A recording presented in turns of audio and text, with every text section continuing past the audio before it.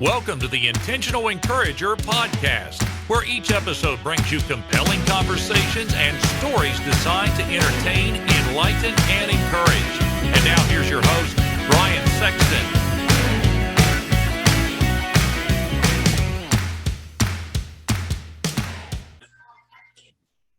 And welcome into the Intentional Encourager podcast. I'm your host, Brian Sexton. Thank you for joining us again today. And on the road edition of the Intentional Encourager podcast, as you can see by the background. But I wanted to make time for this rock star of a man.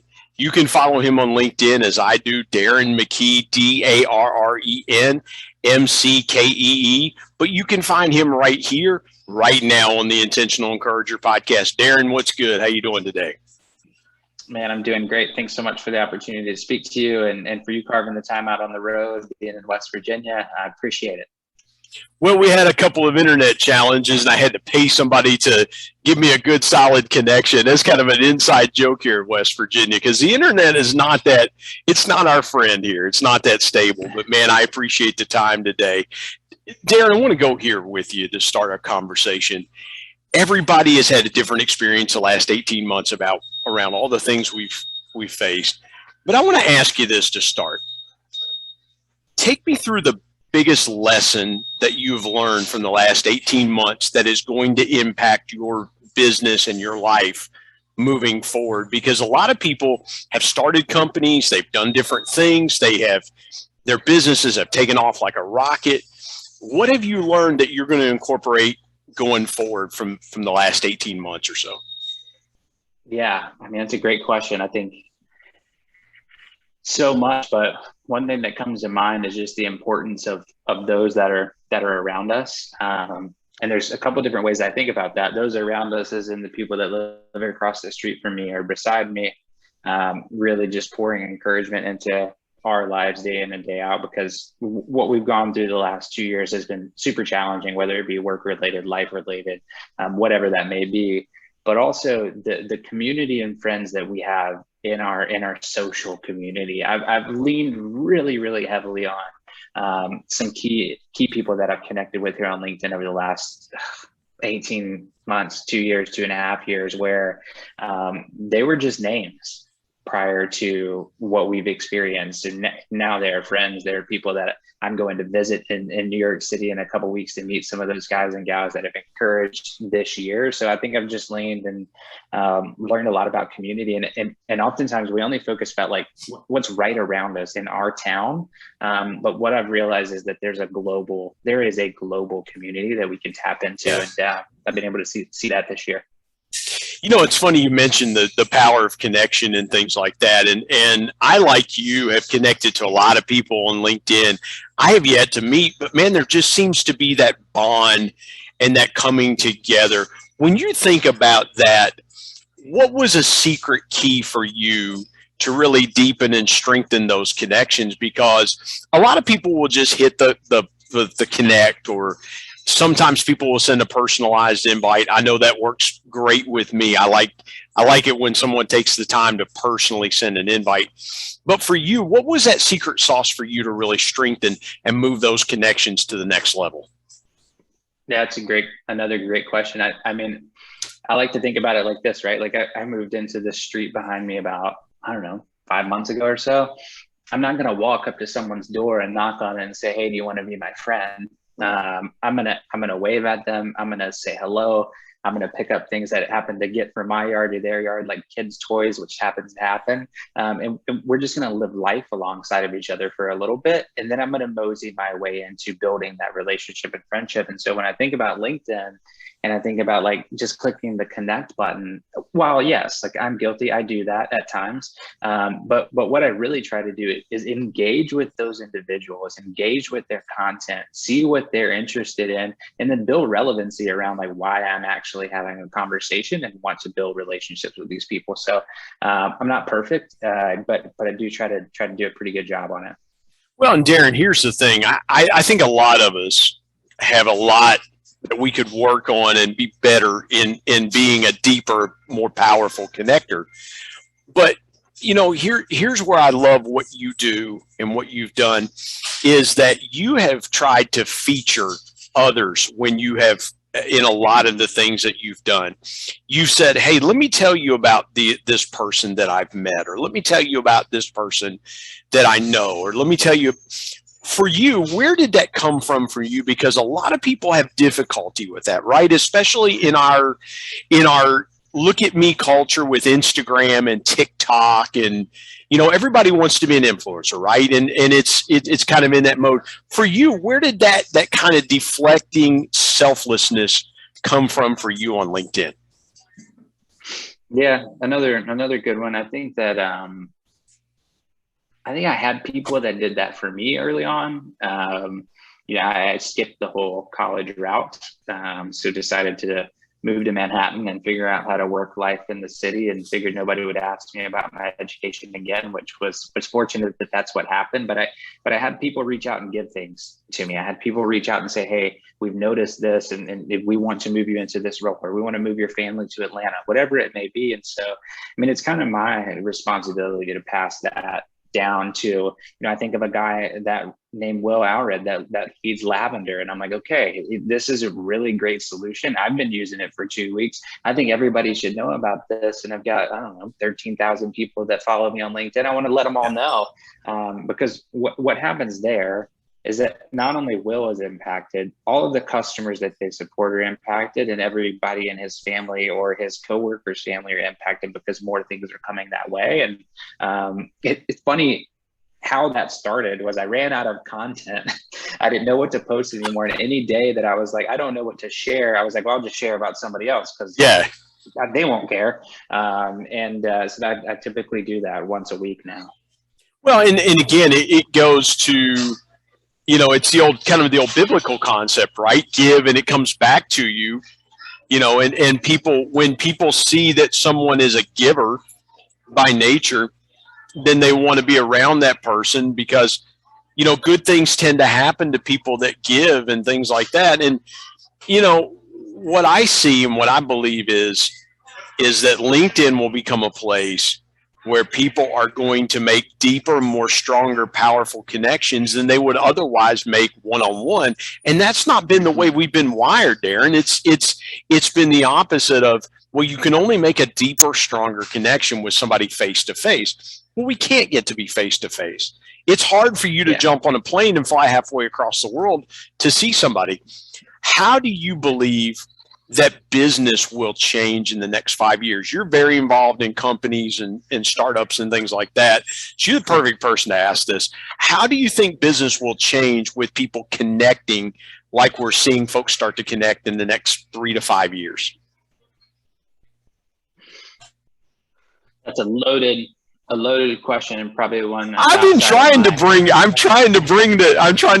thunder, my man. I mean, you're worth bringing the thunder for. I think what we're going to just see is that people have to be more agile and more adaptable to whatever we're going through. I was talking to somebody this morning about, so my 2 kids are running around here right now because they both had runny noses, can't go to school.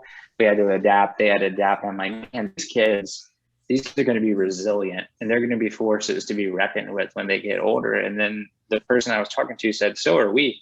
And I was like, yeah, you're exactly right. And I think that, like, it's hard to say what business is going to look like in 3 to 5 years. Like, Lord, I hope that I can fly to see someone in Philadelphia. I hope that I can fly for a closing meeting. But the reality is sometimes that's not needed. And I think we've seen that over the last 2 years, where we're able to close deals, we're able to build relationships virtually. It makes me think of a story, Brian, where I wrote a little snippet in a book for a guy named Scott McGregor recently. And my wife was like, who is this guy? And I was like, well, he's been my friend for like 5 years on LinkedIn. And then I was like, and we're flying up there in a couple of weeks to go meet him for the book launch, just a heads up. And it's like, these are relationships that, like, you've slowly built, but they become really great friends. So I think just adaptability and agility are the only 2 things that I'm going to lean on to say, like, what 6 months is going to look different from the next 6 months if I've known the last 3 years to be any data. Let's park on that for just a minute, because Scott is so good. And Scott did, just as a tease, Scott will be on the Intentional Encourager podcast following Darren's episode. So that I'm really excited about that. As we record this today with Darren, I'm recording tomorrow with Scott. And Scott has a phrase that really resonates with me, because I wrote a book last year called People Buy from People. It's something my dad taught me 26 years ago, dropped that nugget of wisdom on me 26 years ago. Scott has a saying, people over everything. So I want to unpack that for a minute and just extrapolate about that a little bit deeper. What have you learned from Scott that has helped you become a better people person? Because it is not easy to be a great people person, and Scott has figured out kind of the secret sauce behind it. Yeah. So I'll go even back a little bit further here. And a lot of times when we're on LinkedIn or we're on social, we see a lot of crap. We see a lot of people bashing people for poor outreach or not knowing what they're doing, or SDRs doing things that they're not doing. About, I don't know the date, man, 5-6 years ago, I was in a pretty weird spot in my career, working for a small staffing firm here in Durham. I knew I wanted to get out. I didn't really have anybody to call. And I was following this guy named Scott, and I was like, hey man, can I call you? I picked up the phone, I called his cell phone. He answered, he said, I'll call you right back. He called me right back. And ever since then, I was just like, I have to be that person, right? If somebody calls me and they say, hey, Darren, I need some help. All right, I got 5 minutes, right? I don't need to give them an hour. I don't need to carve out my entire day for someone, but just being there to listen to. And the funny thing is like, if I built out a family tree of the people that I've met just because of Scott answering that phone call, it's probably 5,000 people deep, at least, in some very close friends, and some that are coming to visit in a couple weeks. So I think that's what I've learned from him. And you've got a great place to come and visit too. I mean, man, where you live is one of my favorite places, and it's awesome. I love that area. Let's step aside, take a break. When we come back, I want to dive into a little bit deeper with Darren and his business acumen. His content on business is some of the most spot on content that you're going to find. So if you're a business owner, maybe a small business owner, startup, if you're thinking to yourself, hey, I want to start a company, something like that, I want to dive in. I want to tap into a little bit of Darren's expertise and try to give you some things that will encourage you on the business front. And then a little bit later, we'll tell his story. My guest, Darren McKee, joining me today on the Intentional Encourager podcast. Back in just a moment.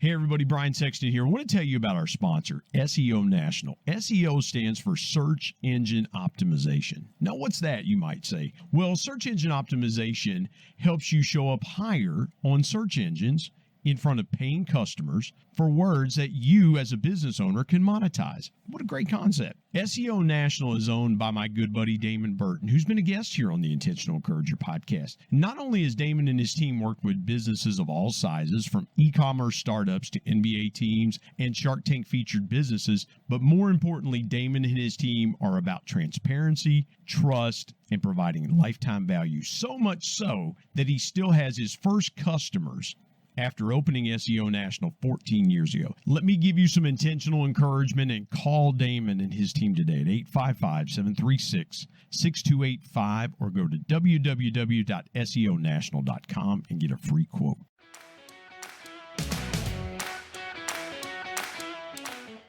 Darren, let's start. We were talking before the break, and we'll pick back up with what we were talking about. Business is not normal right now. It's just not normal. There's a lot of fear in business. What's going to happen? We've had to change the way we've done things and how we've had to pivot. A lot of companies, I look at the restaurant business. I don't mean to ask a long-winded question, but so many restaurants had to refine their takeout abilities because that's all the business that they could do. And so when you look at business now, take me through some of the things, if you can, and you want to. How are some of the ways that you had to pivot in your business to respond to the changes that were happening around you? So when all of this started, I was back at a firm called Insperity, who I deeply love and adore a lot of those people. Amazing org. Still talk to Larry and the team all the time. But I was selling to small businesses back then. And I would just walk up to an HVAC owner's door, or a plumbing company's door, or a startup's door and say, hey, this is what we do. And I think you should do it. And I'd build that relationship. And then at the drop of a hat, you weren't allowed to do that anymore. Yeah. And so I had to improvise. And that's when I really dove into personal brand. And I was like, okay, none of my colleagues, none of my competitors in this space are building a personal brand. So no one's going to know who they are unless they email. And, email's great. It's changed the world for the better, but it's not my cup of tea. I would rather lean on relationships and my brand, or people stumbling upon me and then seeing that I work for someone. And so I started that, and I think I'm 550 days in a row now of creating content. And then I was fortunate, Brian, really, really fortunate to land a role with an organization called BetterUp, which is who I work for now, who you see a lot of the content on. And we're one of those organizations where we've worked really hard through this season, but we've also done really well in this season because we're starting to see a shift.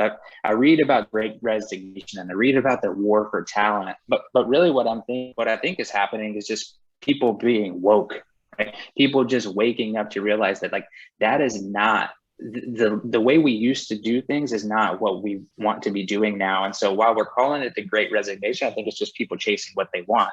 And here at BetterUp, we're able to provide coaching at scale and leadership development for firms of all shapes and sizes around the globe. And we're starting to see leaders really invest in their people, which is it's a beautiful, beautiful thing. And at the end of the day, retention is important. And when you're pouring into people and they have a path, good things happen. And so we've been grateful. Man, I love what you said there. And I was writing some notes down as you were talking, Darren, about being woke in the midst of the Great Resignation, because that's been a buzzword, right? In the last 3 or 4 months is people are taking control of what they want to do and how they want to do it. And I love what you said too about personal branding. A couple of things I want to unpack there. Yeah. When people think about personal branding, what's one thing that you've discovered that a lot of people miss about personal branding? Because you can hit all the notes here and you can say, well, you can, up your social game, get a different profile picture. There's all these little tips and tricks and things like that. But in your experience, what's the one thing people still miss around their personal brand that if they can correct it, they get it to that, maybe that 1% better? Yeah. I mean, I think it's just consistency, just like anything else, right? If you don't, I hate to say this and it's such a buzzword, but the LinkedIn algorithm is a real thing. And so but nothing can beat consistency. Nothing can beat you showing up here every day and sharing content. What I do have to realize though, and I do have to be cautious of and understanding is that everybody is not like me. Everybody doesn't feel comfortable sharing their personal details on a platform with 55 million people, right? Yeah. And so whatever that is that you're doing, is it sharing work content? If it is, make it yours, make it your own. If it's about you, make it your story. Because the last thing somebody wants to see is a bunch of the same curated content from the same company all day long. So at least just make it personal. Well, and I love what you said there about the consistency and the power of consistency. And full disclosure, I don't feel like producing content every day. I don't wake up going, man, I really want to throw some content out here today, because a lot of times you're just not feeling the inspiration. You're not feeling that. But man, to do that 550 days in a row, that's pretty powerful. Yeah. And it's it kind of goes back to, Darren, the 10,000 hour rule. If you want to be great at something, and as we record this, I was watching the Ryder Cup over the weekend. Yeah. And these guys these professional golfers hit hundreds, if not thousands, of golf balls every day. And yet when they step onto the tee to for that first to open a round or something like that, they really don't have any idea where they're going to hit that tee shot. And they've they've played since they were little kids. They've hit probably into the millions of tee shots over the course of their lifetime. And every tee shot, they still have no idea where it's going. When you think about content in that respect, when you post a piece of content, do you have any idea where it's going or who it's going to hit? Sometimes. I'm a big golfer, so I was deep into the Ryder Cup this week, and we could talk about that a little bit because I learned some things about. Well, about go there. Go there for a minute. That's great. Go there for a second. It's interesting because golf is a one person. You're against yourself. You're playing against the course. You're playing against par, right? But seeing what we saw this weekend of camaraderie and teamwork, but also the ages of the U.S. team versus the ages of their competition was something that was staggering to me, because you had leaders investing into people. You had people coming up that were young and crushing a John Rahm, like things that you don't normally see in golf. But the big thing was just like seeing Brooks and seeing Bryson hug at the end. It's all competition. It's all a game, and we're all just in it together. And at the end of the day, like, what you see is not really what's happening. And so I learned a lot about teamwork with those guys this weekend, watching watching them beat down, right? But also have so much respect for Sergio and the team on the other side. What was just absolutely huge. But sorry to go on a tangent, but to answer let me jump in there, because you're really drilling down on something I think that is so good. It is when golfers compete normally, they're competing, as you said, they're competing against 80 to 100 other golfers, and it's their play that matters, and it's their round that what they're focused on.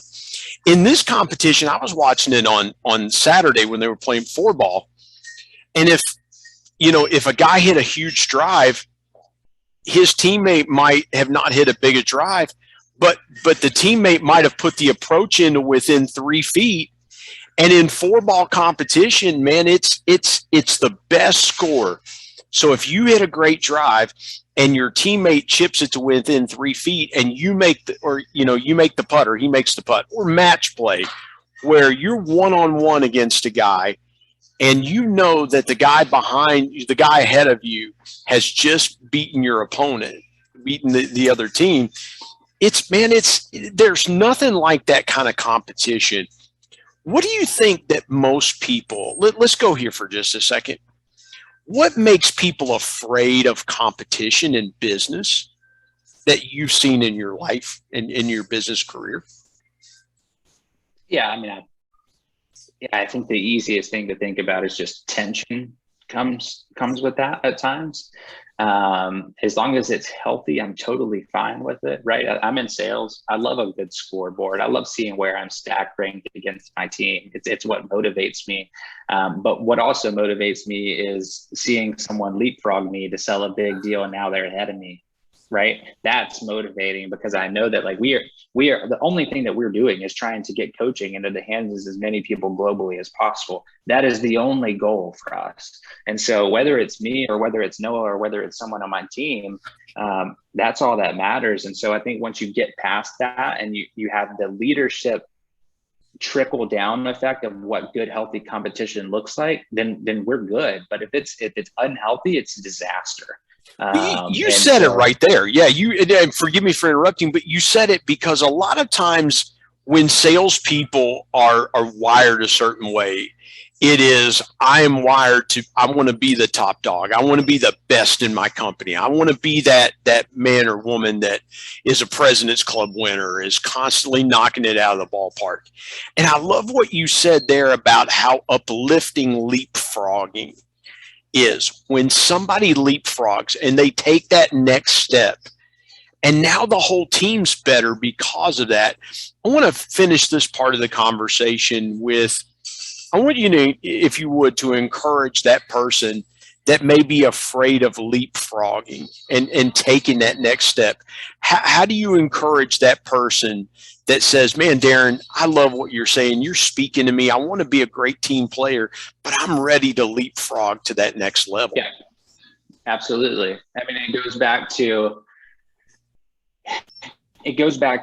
when you're doing that. I've been in those roles, right? Where I came in at the bottom level, and then I went another one and another one and another one and another one. And you look to your right and you've leapfrogged, I don't know, 6, 7, 8, 9, 10 people.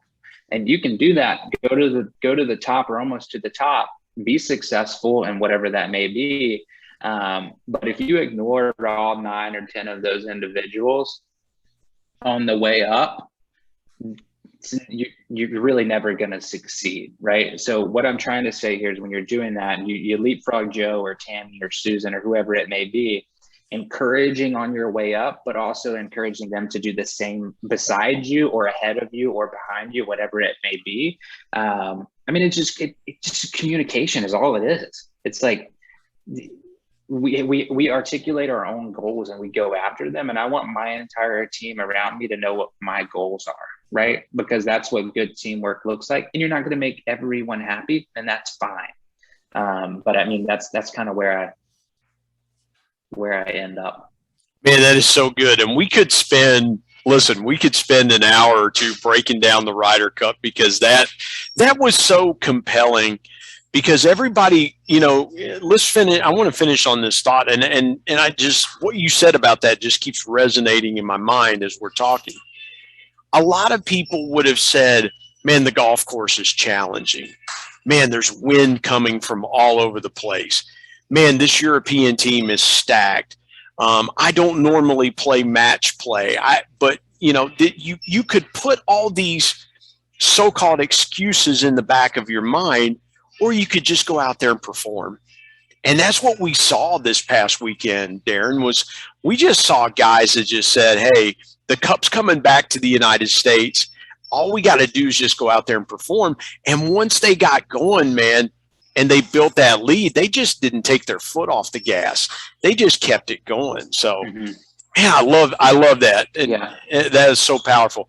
Let's take a quick break. We come back, we will get into Darren's story. And you're going to love this. This is so good. This conversation so good with Darren McKee, joining me on the Intentional Encourager podcast. Back in just a moment.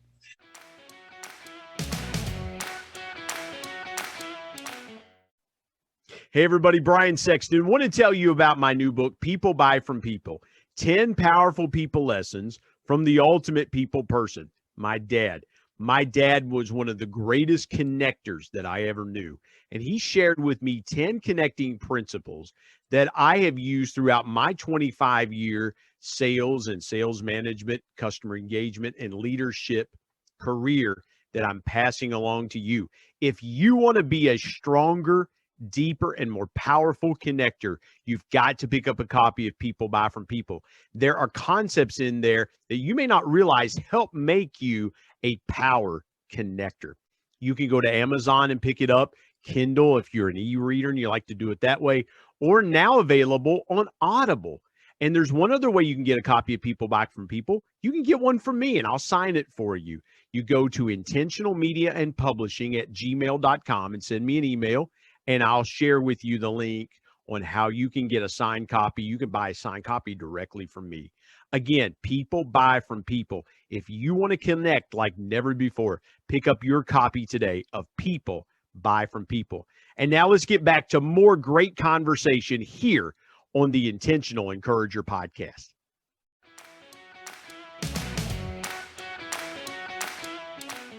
Darren, let's get into your story. And man, you go as far back as you want to go, from point A to point B, however far back you want to go. I want to know about your life, how you started, and again, from point A to where we are today. Yeah, good one. It's another loaded one here. So I'm residing in Chapel Hill, North Carolina now.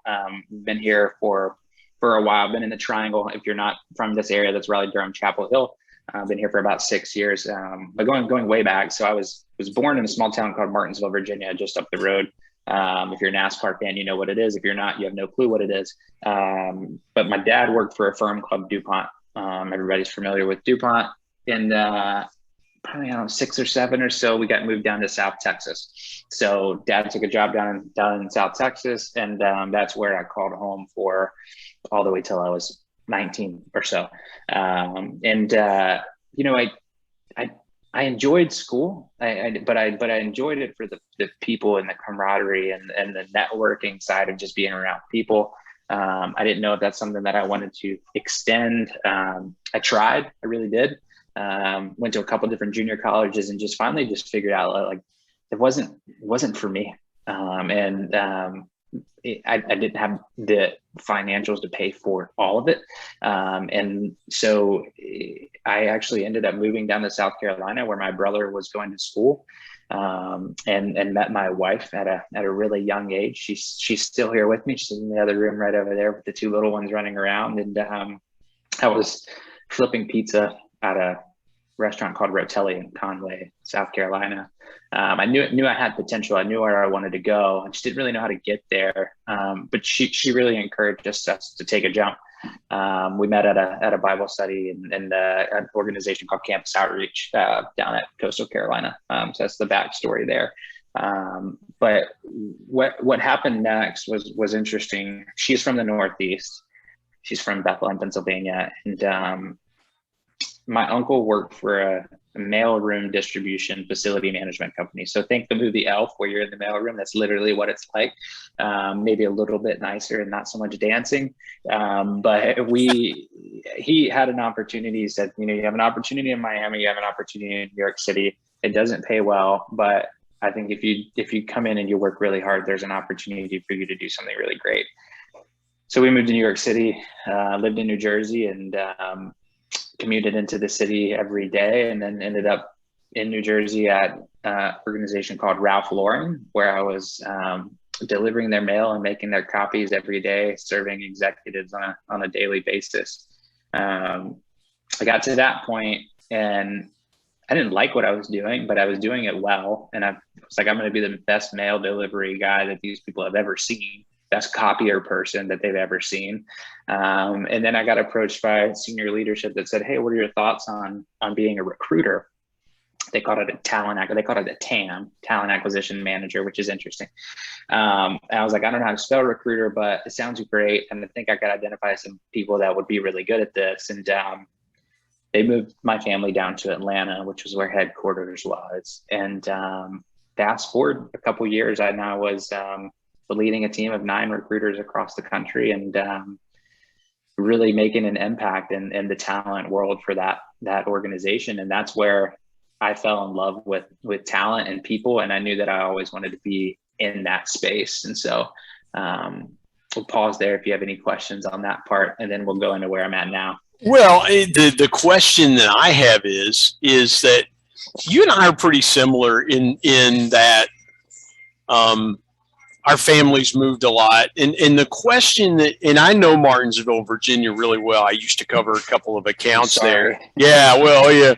You either stay in Roanoke or Greensboro, and I've stayed in Martinsville a few times. There actually is a good sushi restaurant there that I found. But no, what struck me when you were talking is that you are resilient in transition because you move as a kid. And I believe this, my wife grew up in the same place, lived in the same house most of her life. And when we moved the first time a year or so after we were married, man, it was a bombshell for her. We moved quite a bit when I was a kid. So it was like, okay, it's another move. And I moved to where she was to be with her. When you think about how your life and you move to different spots, what did you learn about the resiliency of transition? Yeah, that's great. It's a great question. And it was funny. This is really funny. And it's kind of coming full circle. I I was trying to go back and look at the first LinkedIn post I ever posted a while back. And if FYI, it's really hard to find because you have to just keep scrolling and then you get tired and give up. I found an article that I wrote. So my wife and I have moved, I think 7 times in our 9 years of marriage. So if anybody's listening, I do think there's an importance of early on in your career of not being geographically tied down, because I think their opportunities are more, they're vast. You can go kind of chase things as you see. But so that was the post that I wrote years ago. Not being geographically tied down is one of the best things for your career as a new graduate. Funny that I'm talking to new grads. I didn't graduate, but it was good back then. But I think the biggest thing is that like people in New York City are different. People in New Jersey were different. People in Atlanta were different. People in Charleston were different. People in Charlotte were different. People here were different. So I had the ability to really like culturally understand the differences of people and grow in a diversity, inclusion, and belonging mind, right? Like where I walked into Sunnyside, Queens, and like there was like 19 different demographics within the corner that I was standing. I never witnessed that in Martinsville, Virginia. So it grew me as a man. It grew my wife. She had already had it, but it was just instilling that in our children, to where when we moved here, we were like, Durham is where we want to raise these kids at the beginning, because like that, I want them entrenched in culture. And that's why we love this area so much. So that's what I've learned the most, but also just like, the connections, I have connections from all of those places now, right? Yeah. That I never would have had if I never would have left Texas. Is it ironic to you that you mentioned you never went to college?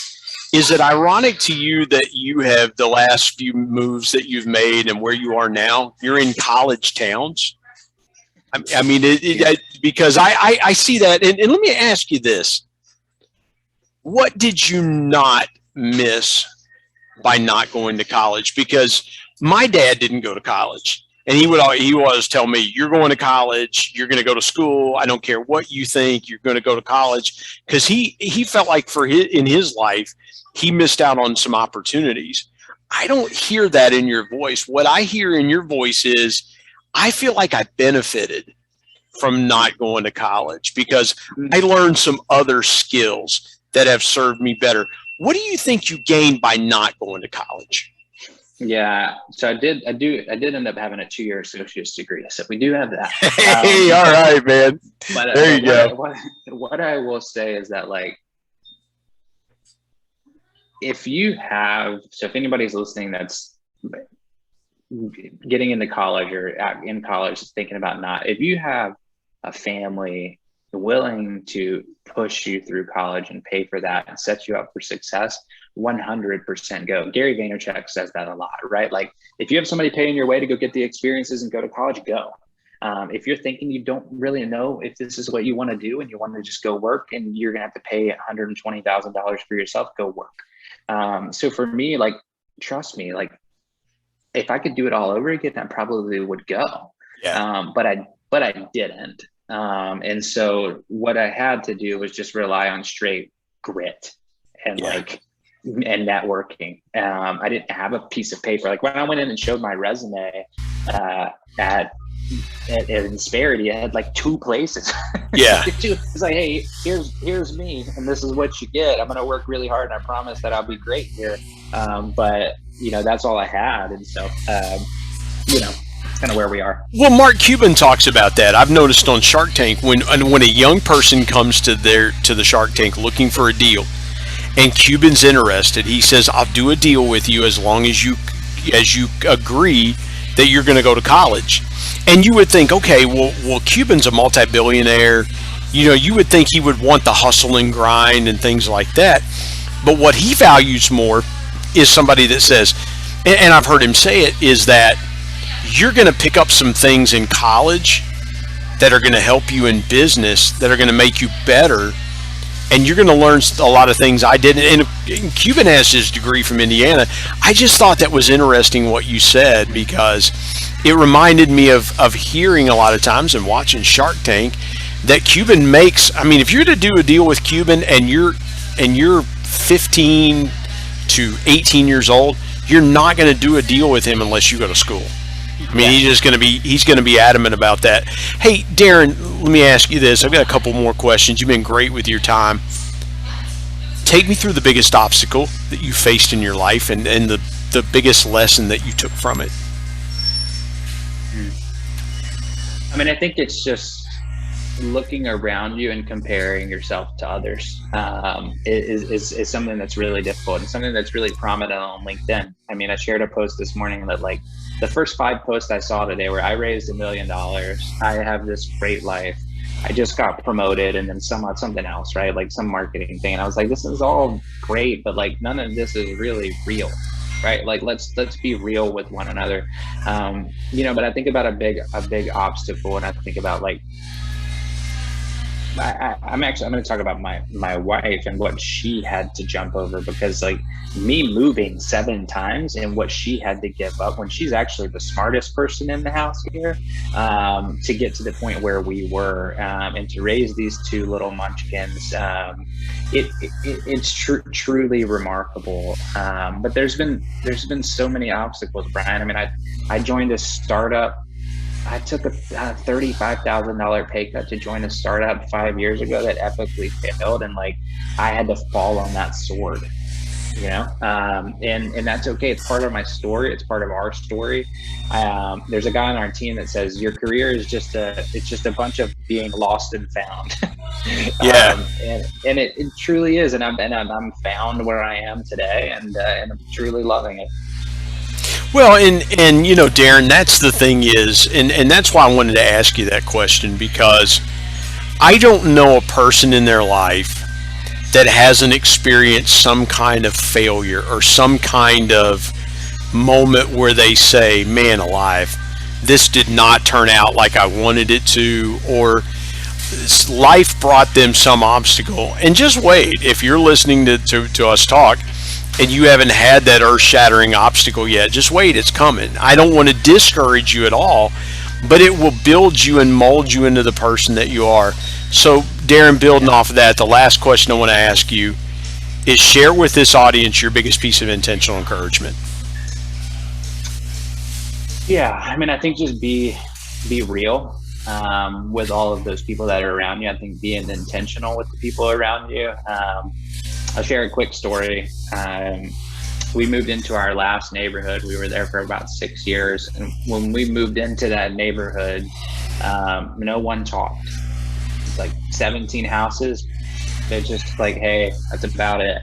And when we moved in, my wife alongside of me, we're like, this can't happen.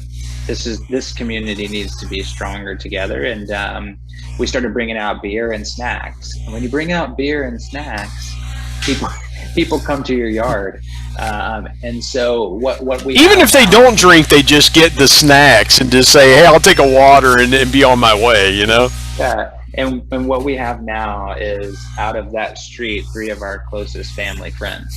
So I think looking around you and really doing the work to build those relationships is the probably the most encouragement I could give you today, because you don't know what's around you.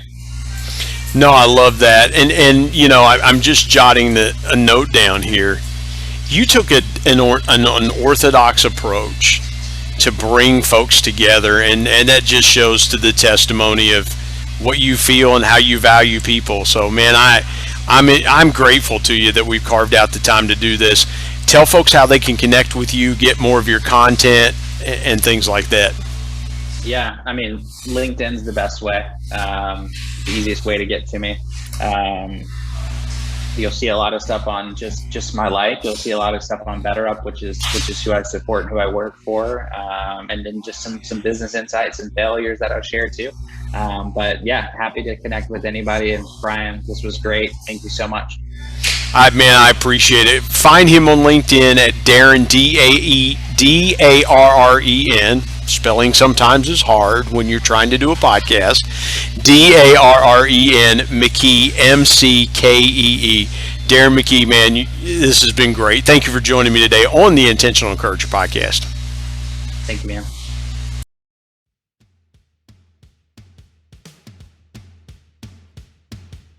My thanks as always to producer Bryce Sexton and technical advisor Matt Means. And of course, the ultimate thanks goes to the Lord Jesus Christ, who provides intentional encouragement every day through his word. If you're not subscribed to the Intentional Encourager podcast, hit the subscribe button wherever you get podcasts so you don't miss an exciting episode where you can get encouraged and stay encouraged. And remember, anyone, anywhere, at any time, any place can be an intentional encourager.